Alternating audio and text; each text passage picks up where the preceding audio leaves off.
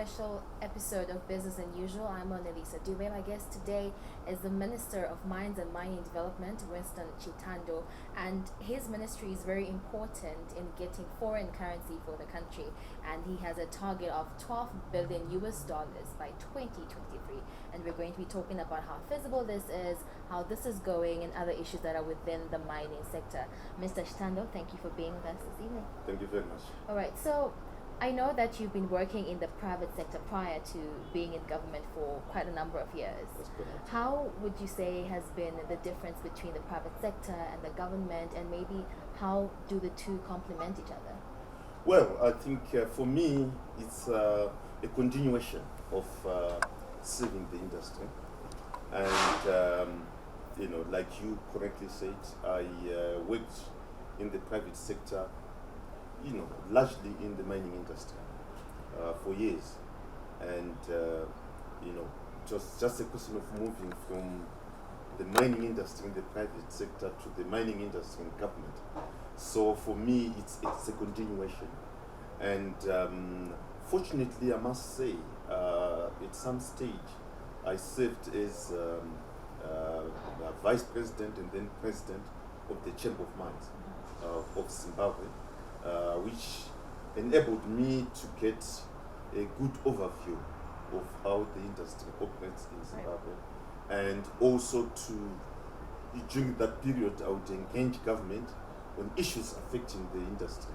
And now you have to deal with those issues. Now I have to deal with those issues. So it made it much easier for me. So it's a continuation of serving the industry. So you said that you now have an idea of what the mining industry entails, and like I did say in the beginning of the program, you have a target of having the mining sector worth $12 billion by 2023.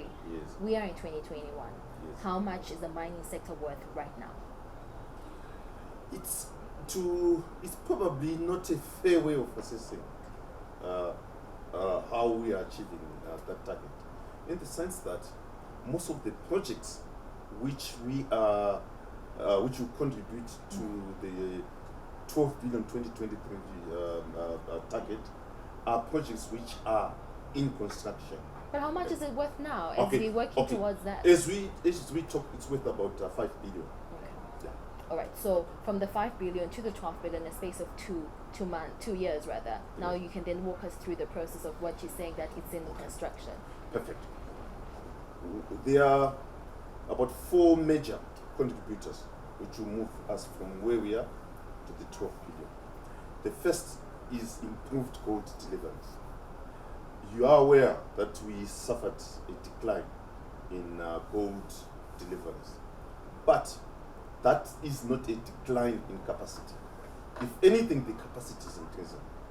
And if you look at the capacity, the enablers are a combination of small scale and large scale mining. Right. Where a number of initiatives have been and are being carried out. In the small scale, we are looking at formalizing a number of small scale miners, capacitating the small scale miners. We are also looking on the large scale. The Zimbabwe's Open for Business initiative has enabled and is attracted and is attracting capital, which will enable large scale production. Notable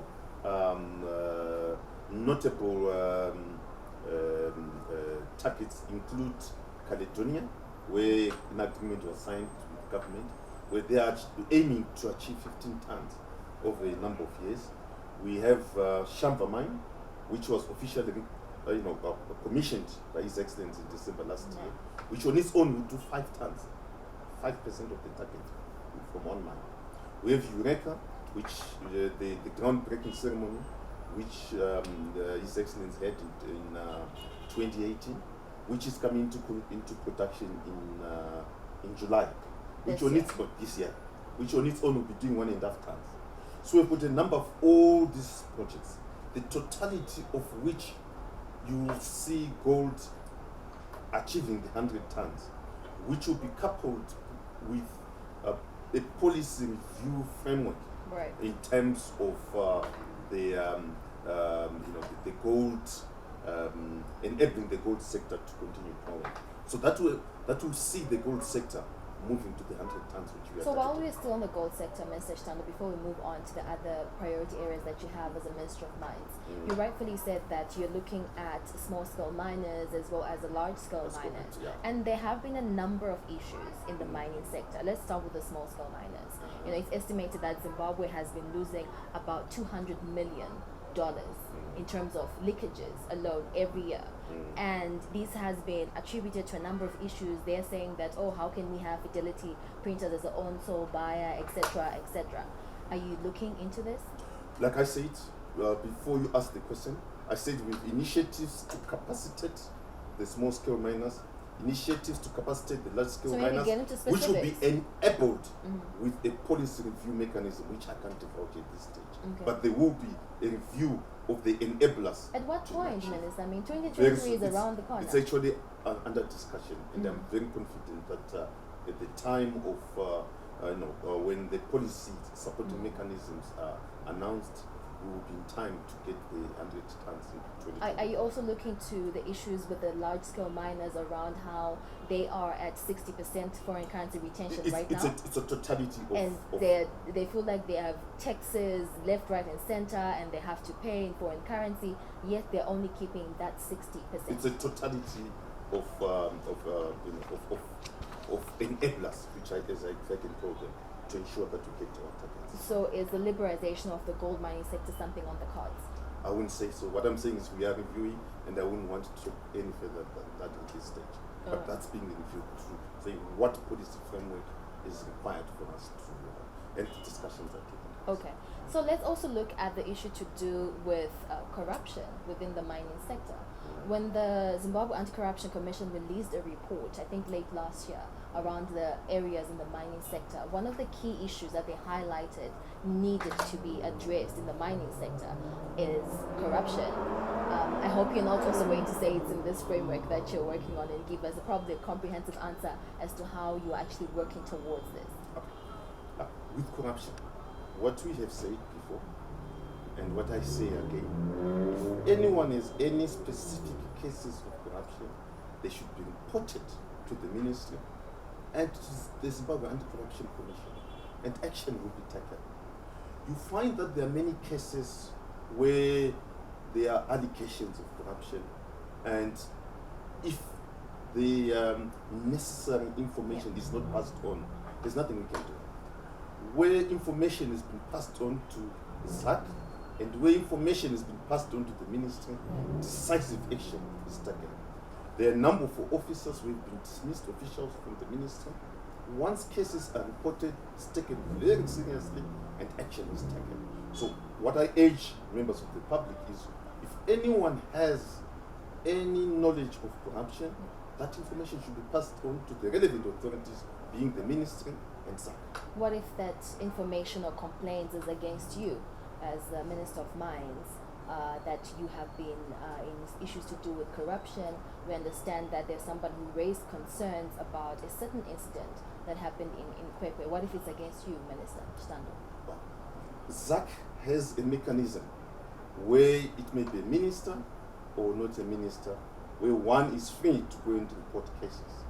I'm sure you are aware of ministers who have been questioned by ZAC. This is that mechanism. So people should feel free to go and... Have you been questioned by ZAC? No, I haven't been. Corruption allegations? No, I haven't been. All right. No. So let's look at... Can I also maybe take this opportunity to clarify about the Absolutely, Kwekwe? yes. Because, since you mentioned it. Yes. Okay. Of course, I must say, suffice to say, that the matter is within the courts. So, but I will, since you have mentioned it, I think I need to, the public needs to know what that matter means to. Right. Okay. The ministry, in terms of the provisions of the Mines and Minerals Act, every holder of mining title is obligated to renew his mining title every year. Right. What happens is that a lot of people, we have a lot of cases where mining title is not renewed. And under the use it or lose it principle. Right. If mining title is not renewed and the work is not being carried out, that mining title is what you call forfeited. Right. In terms of the provisions of the Mines and Minerals Act. So all provincial offices, periodically, they do undertake what you call forfeitures. That is repossession of mining title. And it's done in accordance with the law. Purchase of mining title. So who does this? Is this you as a minister? No. It's mines? the provincial mining directors. Right. It doesn't even come to a Raga office. It's done each. So why is your name being dragged in this Mirage claim incident? That's what I'm saying. I don't want to go too much into it, but the fact of the matter is, it was done by the province. It's the province which, provincial offices which forfeited that.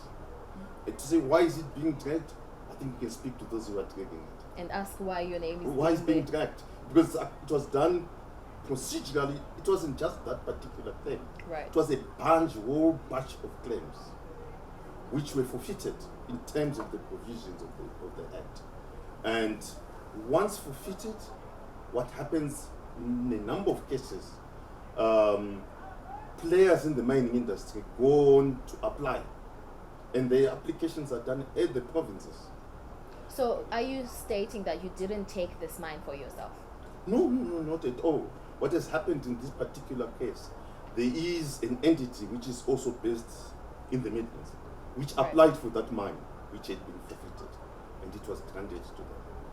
So maybe if you can also just give us clarity on how the application process for a mining license is, because that's been another contentious issue with some people alleging that it's so long, it's not clear, no one knows exactly what is supposed to happen. So maybe let's take this opportunity to have you walk us through that I process. must say that to players in the industry, potential investors, I don't think these players in the mining industry, investors in the mining industry, are very clear as to what should happen. It's all outlined in the Act. Right. Okay, but anyway, I will sum it For the layman, yes. for the layman. There are two main forms of mining ownership, of ownership of mining concession. Right. The first is what we call mining claims. Mining claims, one approaches the province, you make an application, the provincial technical team visits the site of the application, then awards you a mining title. It's done at the provinces, doesn't even get to Harare. Right. The system is decentralized. The second form of mining ownership is what are called special grants. Special grants, by the nature, it's applications in areas which are reserved for particular purposes. Like the national park, for instance. The national parks, for instance. Now, when that application takes place, the first port of call for the applicant is to go to the holder of the reservation to say, I would like to undertake mining operations in your reservation. The mining holder then says yes. Then And who is the mining holder in this instance? in which particular case? Let's give an example as the national park. Okay, That's if it is the reserved. national parks, you go to the director general or to the officials of the national parks. Then the director general of the national parks signs a letter or undertaking to say you can mine. Right. You then take that authority to the provincial office. The respective provincial office will follow the same process to visit the site and then make a recommendation. In this particular case for the special grant, it's not issued at the provincial office. Right. A recommendation is then made to the permanent secretary, who is the accounting officer. It then passes Permanent through secretary of your ministry? of the Ministry of Mines. It then passes through the chief director and one or two other officials, and the permanent secretary then authorizes. So can we take this opportunity to get some clarity on what had happened when there was a special grant that was given for the national park? The special grant for the national Yes, park. that was then had to reverse by cabinet. Okay. The same process was followed, where, and again, it was not correctly reported. All right, so It's you not- correct it, It's Minister. not the entire special grant which sits in the national parks area. A significant amount of the special grant sits outside the national parks. Okay. Right. But part of the special grant sits in the national parks. So again, the same process was followed. And when there was the public outcry, right. then Cabinet said, look, let's hold on, let's look at the concerns being raised by the public, Were they valid? whether valid or not, and then a decision is then made accordingly. So it was withdrawn, and that's what it happened. Another issue when it comes to licensing is that we understand that there has been a backlog in issuing of these licenses dating back to 2018. Why is this? Okay. To put it in perspective, on average, for years, the average number of mining concessions awarded per annum by the ministry averaged about 2,500. At the moment, we have a backlog of about 14,000. That's a lot. Which is about 6 years with of mining title applications if you take the previous average. But it owes to the Zimbabwe's open for business mantra, where there was a huge influx of applications, which the ministry was not capacitated to handle. But what has happened is since 2019 and last year, more resources have been availed to the ministry, Right. and that number is coming down, and we expect that by the end of this year we have caught up. All 14,000. Yes. What's the plan there to make it? When we have massive resources to take.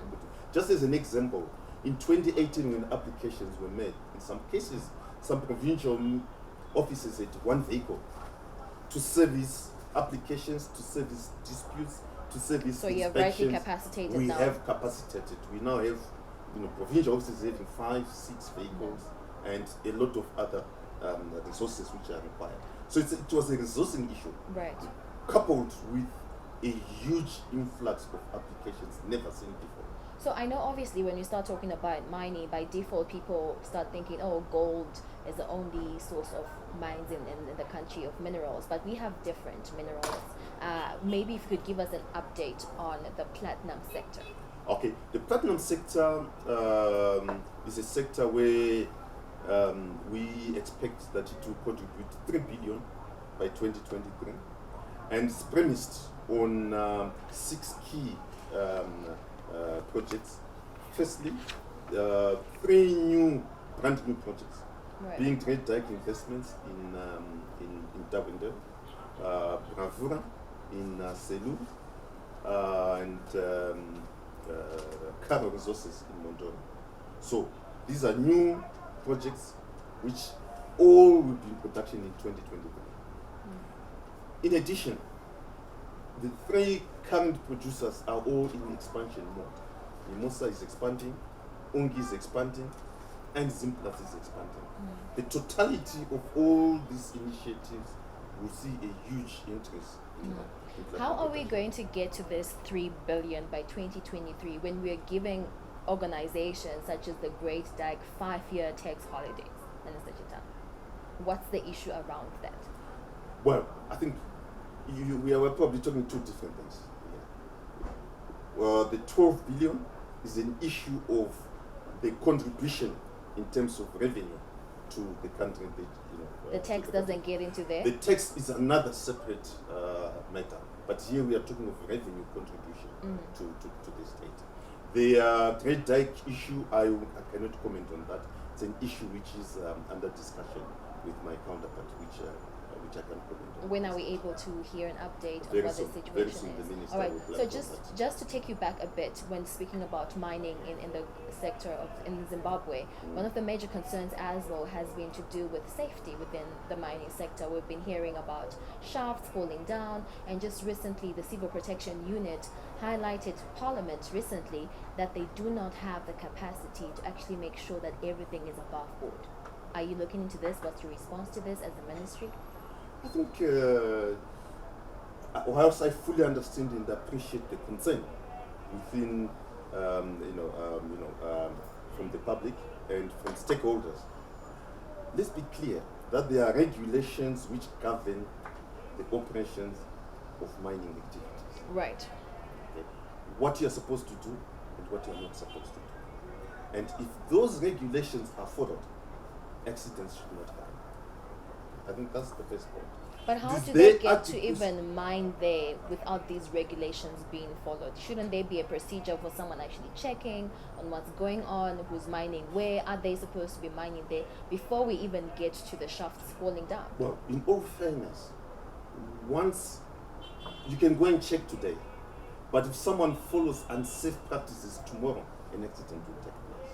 Okay, so it's not a question of yes, there is need, admittedly, to increase the level of inspections. Right. But if you increase the level of inspections, that does not guarantee that accidents won't happen.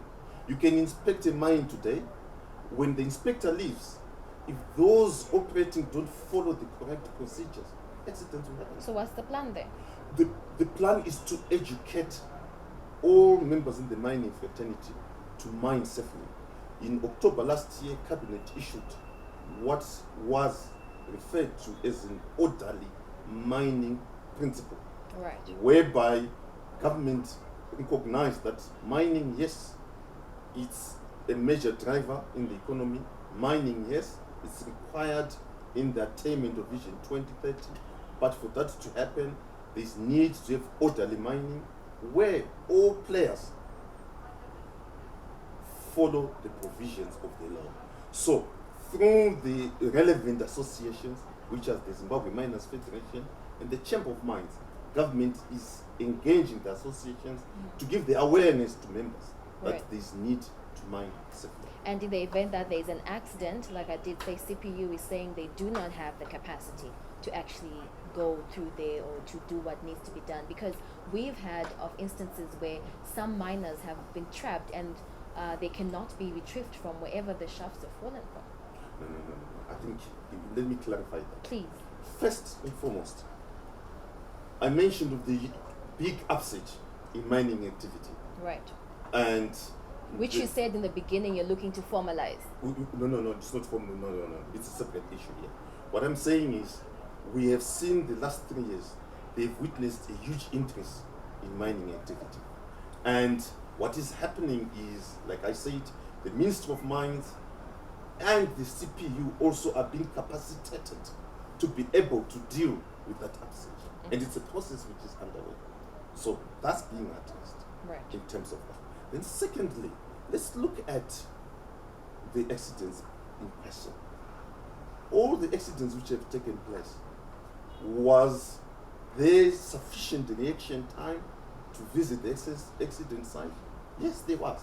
Was there capacity is another question. It's a question of capacity, how to define capacity. Because what has happened in those accidents, they check into accident, the accident in Pindura, the rescuers went to site and assessed that it was unsafe to enter the site of the accident. Like the Pindura So accident. it wasn't an issue of capacity. No, it wasn't an issue. I visited the site myself. I went to check with you. I was there when the accident happened. I was there when the accident happened in Pintura. I'm not a technical person, but Right. you understand the concerns. You don't want that if there is an unsafe act, there's an accident, you force people to go and rescue.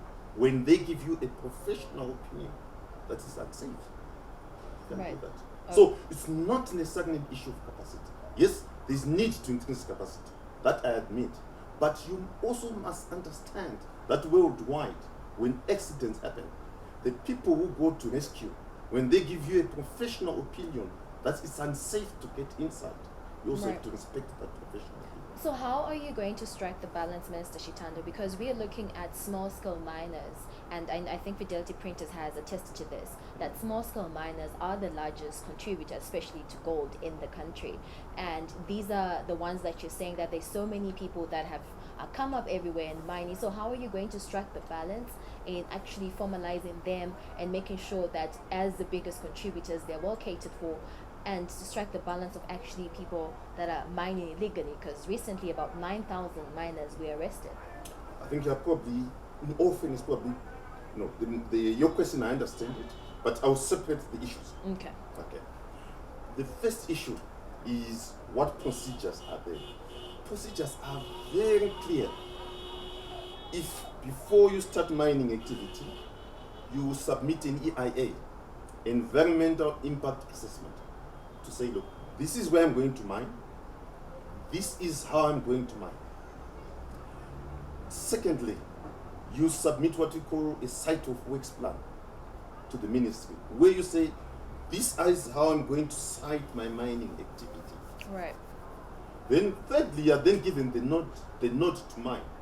The onus is now on you to mine safely. If you get a driver's license and you drive recklessly, you can't be over-policed to say you've got a driver's license but don't drive on the wrong lane.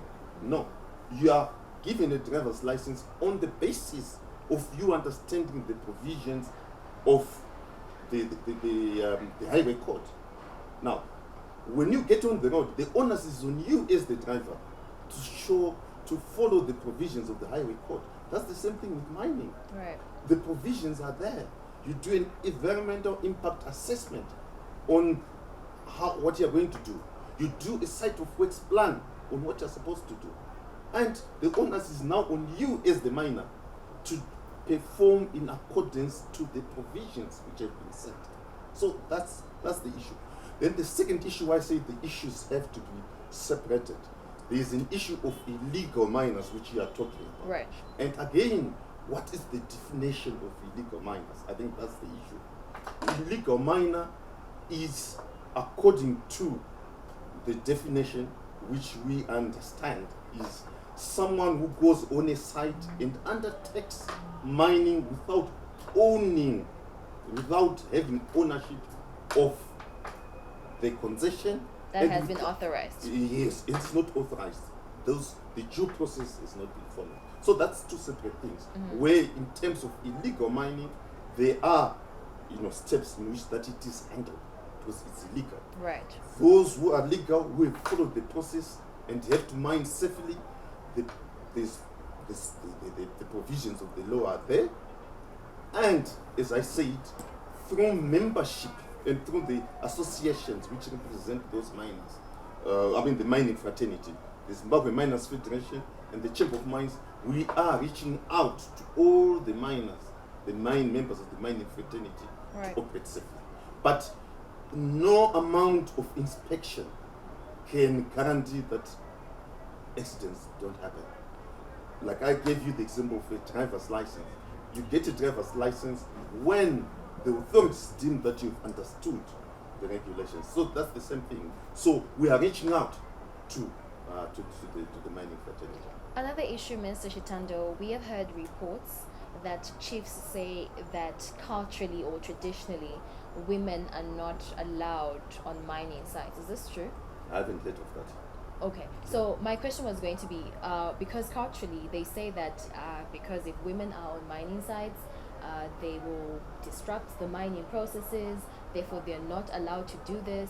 But I just thought that this would contradict with the drive as government that you have having a 50-50 in the mining sector. Myself, I've been in the mining industry for over 30 years, and every mining site has always had women. So So these are false claims.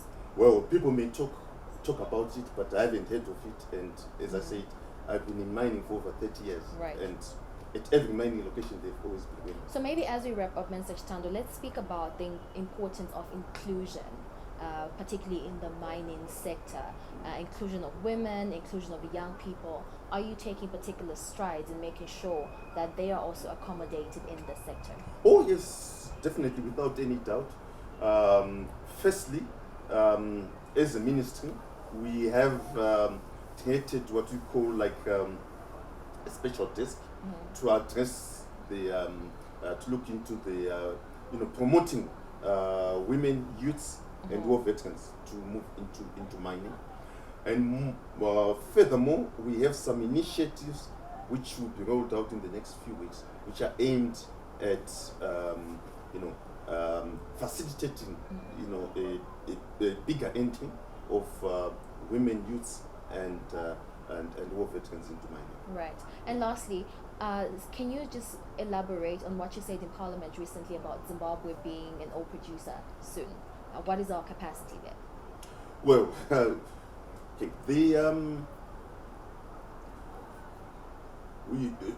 as you are aware, Zimbabwe government signed an agreement with Geo Associates and Investors for the exploration of oil in Zimbabwe. Unlike the normal minerals, to record a discovery in oil, you actually have to drill the well and report the oil coming out. Now, the indicative resource from those who did the basic exploration in Victors is recorded as 9 million TCF. Okay, it's an oil measurement which shows fairly significant quantities of oil. Now, that 9 million TCF can only then be recorded as a discovery when the wells are sunk. So what I mentioned and what is happening is that we will have 2 wells which will be sunk towards the end of the year to up to 4 kilometers deep to confirm the discovery. So once those wells are sunk, the oils come out, the oil comes out, then the company in the country can now say Zimbabwe is an oil producer, we have had a discovery. And these are the wells which will be sunk at a minimum cost of $30 million. And we have this capacity. Absolutely. Absolutely. Thank you, Mr. Chitando. On that note, to wrap up this interview, I appreciate you making time with us this evening, and I wish you all the best. Thank you with very your much. target 2023, which is around the corner. Thank you very much.